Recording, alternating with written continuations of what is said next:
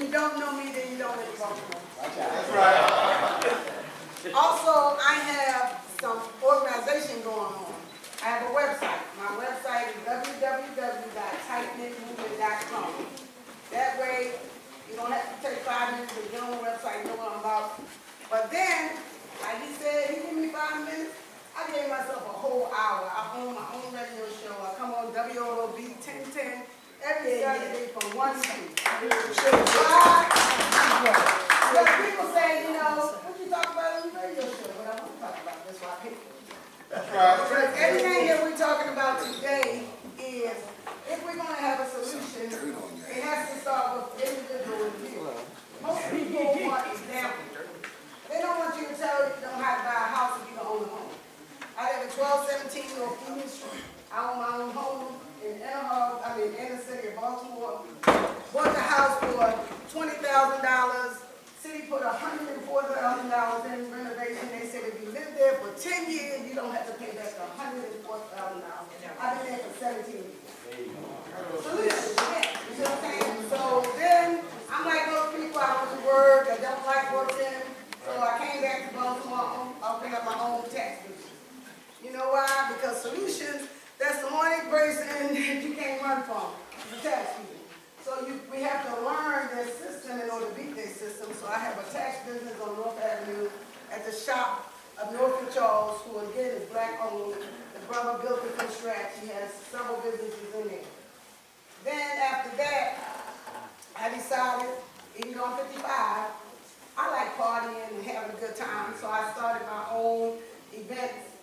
I'm giving a New Year's party at the best black-owned establishment. If you don't know, it's called Diamond Event Center. It has 2 ballrooms. It's located in Randallstown. We're going, again, like you said, solution. What better way to start off the New Year's, a black facility, raising money again for our radio show. Because, like I said, I have to pay for that show. I'm on every Saturday.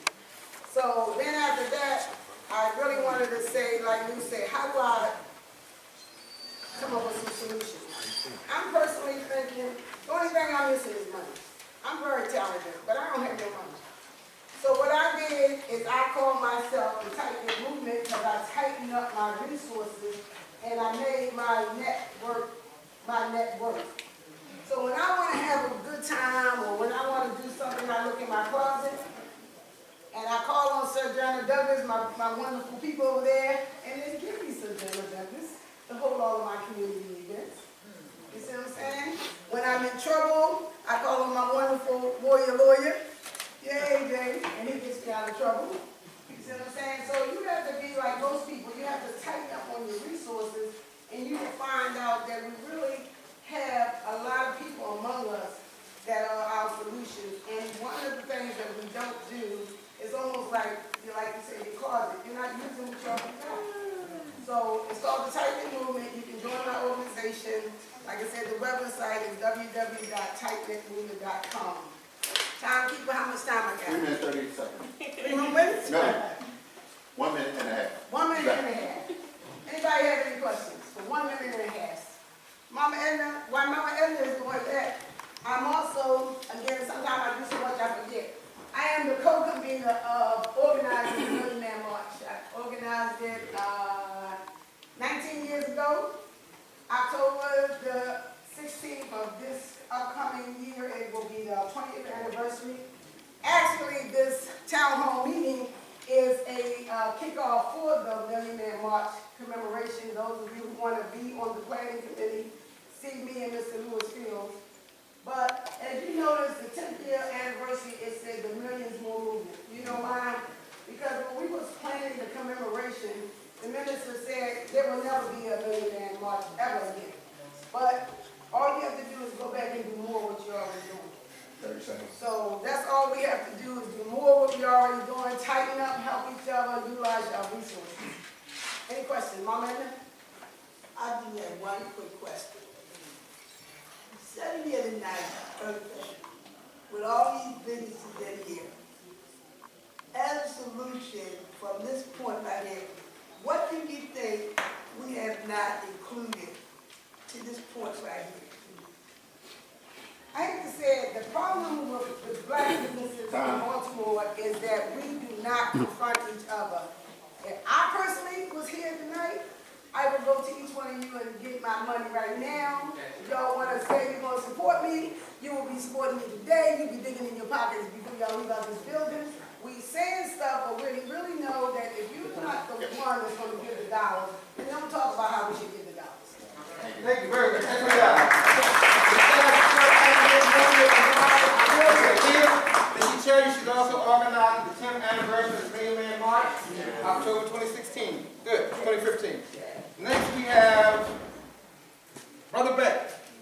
Please, let's give him a round of applause.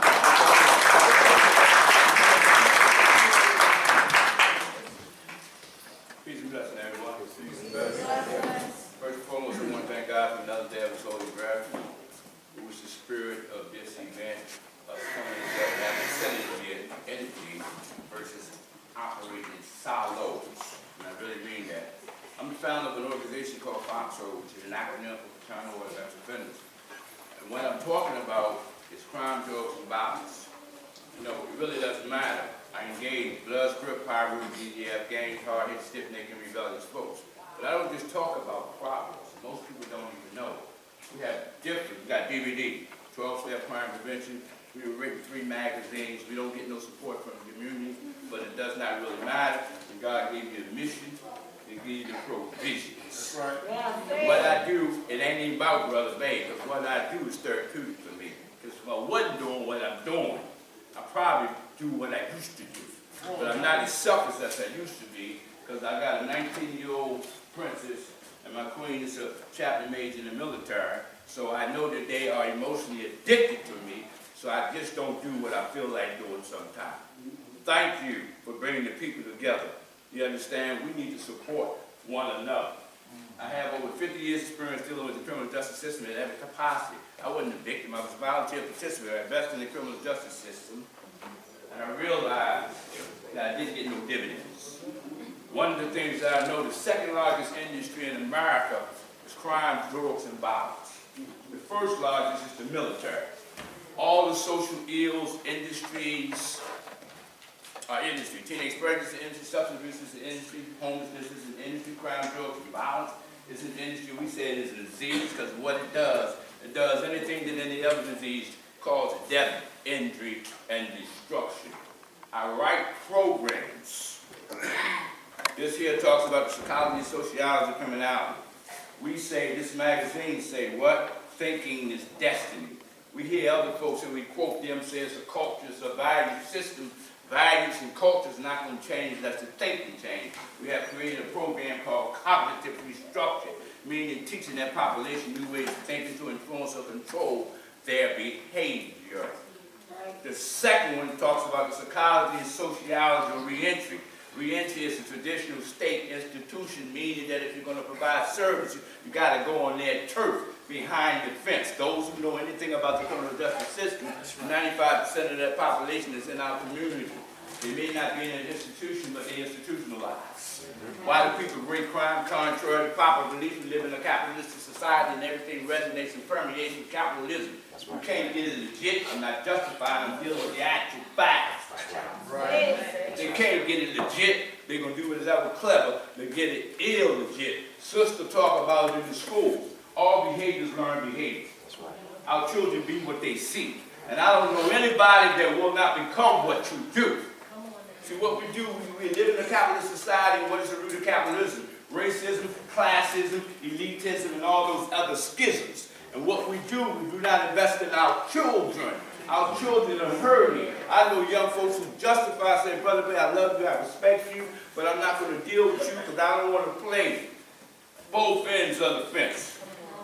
They say, because I know, Brother Bay, if I cross you, you ain't going to give me the chance for the double cross and crisscross, and I respect that. But I need to let you know why I sell drugs. I sell drugs because my peers are having sex with my mama, because when the sperm donor left, she's still addicted to drugs.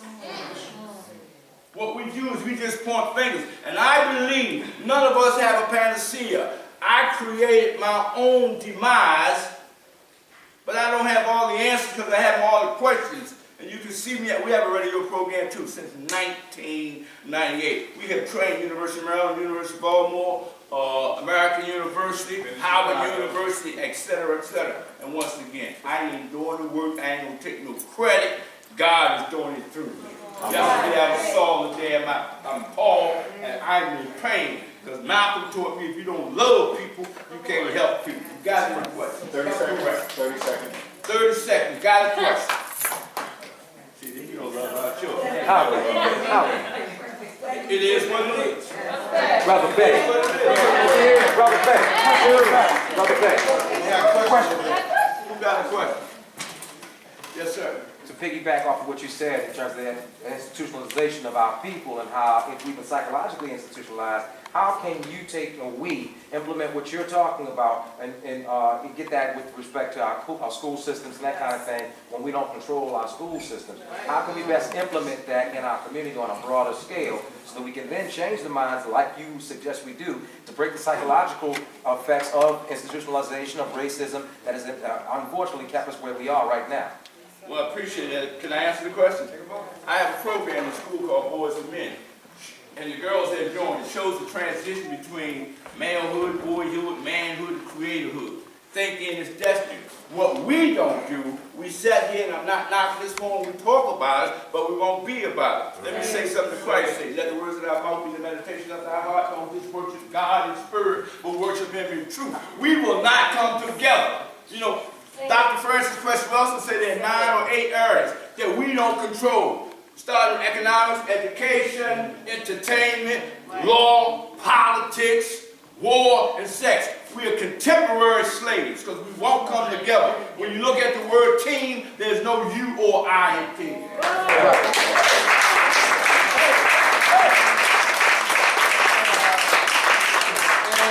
Let's see who's next on our list.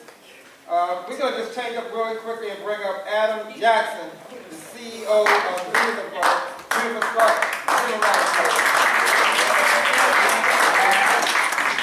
Good evening, everyone. My name is Adam Jackson. I'm CEO of an organization in Baltimore called Leaders in the Beautiful Struggle. I just want to pause for a second and just thank you for all the elders that are just giving us this knowledge tonight, because as a young man myself, this is really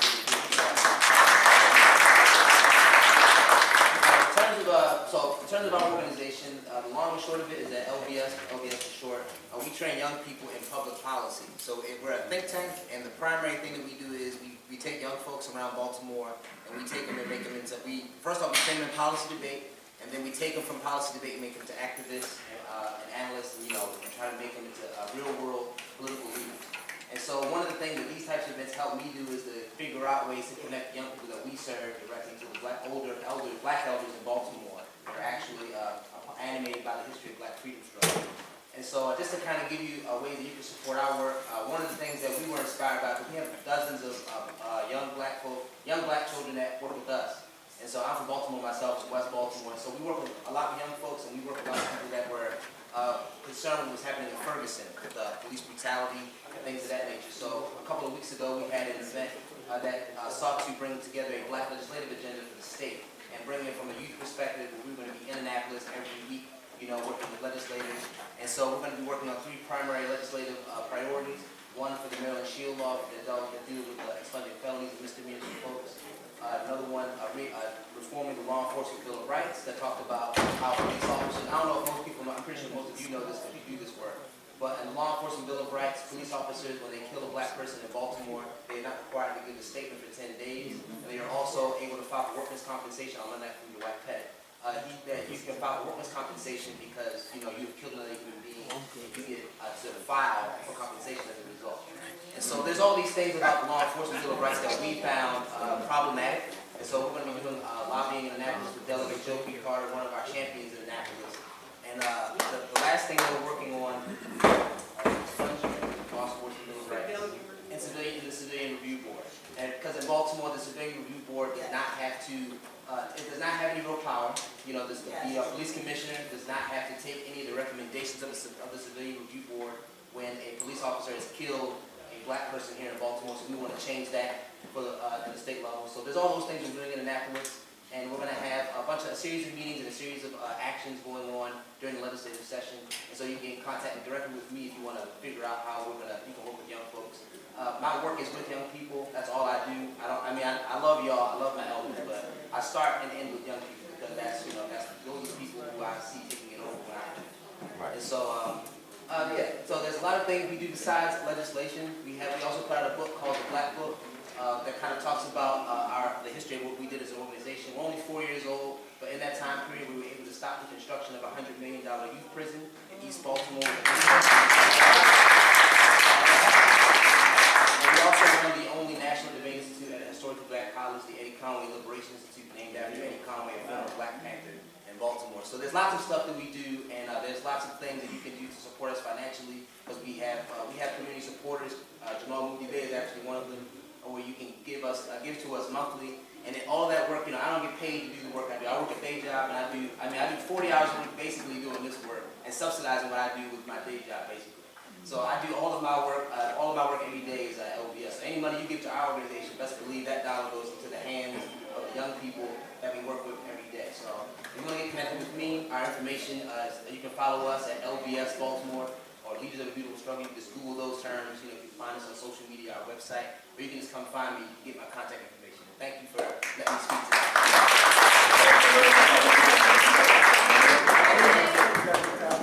The next person we have quickly will be Kim Trueheart. Is Kim here? Yes, sir. Step right up, please. You have 5 minutes.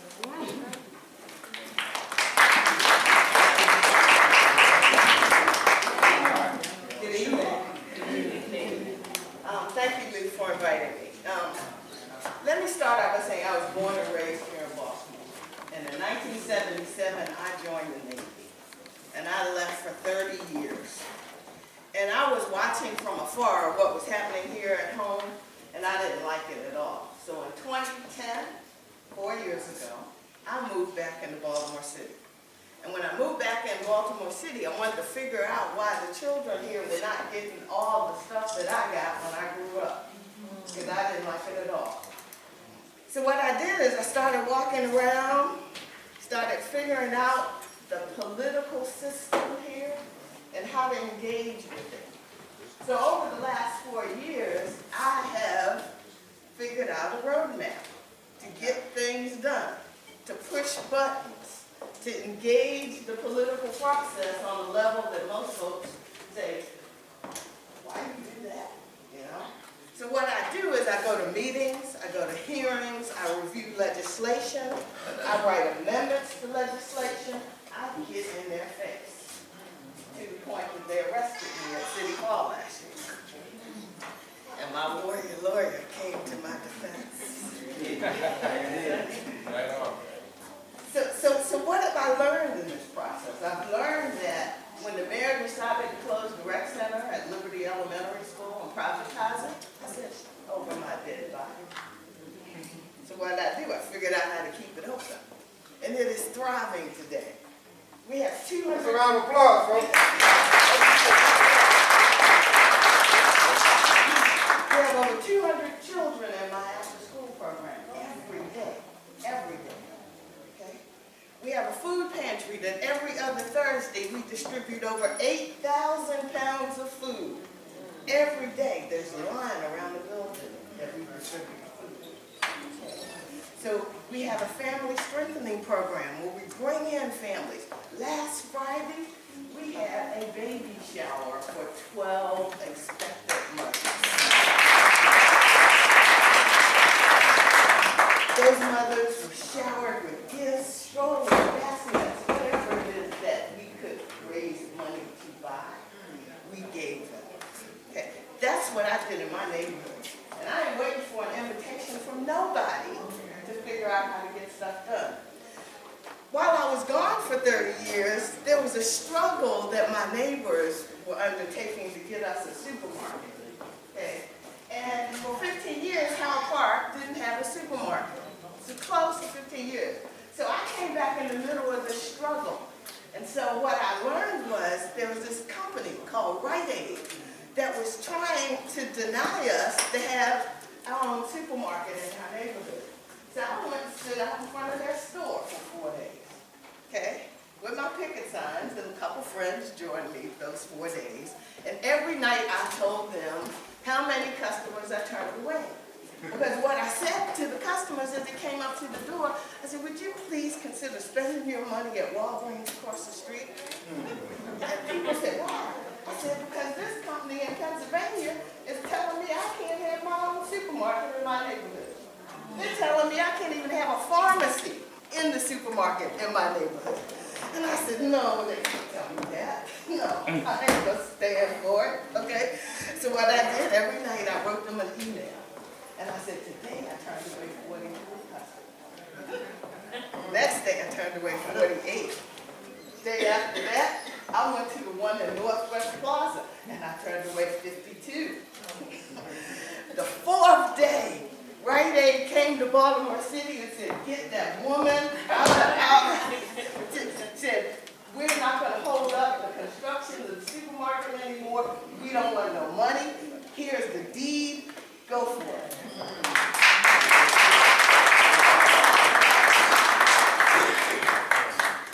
So don't wait for the invitation. This is my neighborhood. I live here. There's children in that neighborhood who need me. 30 seconds. They need you. Okay, let's talk about this bond bill thing. I got a bond bill for my right son. I went and I talked to my state senator and I said I want a bond bill. But I'm not coming up with a 50-50 match. I said the best I can do is 37. You want to take it?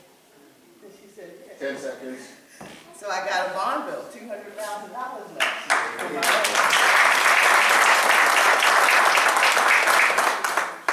I figured out some things. I don't know all the answers, but I figured out some things. Thank you.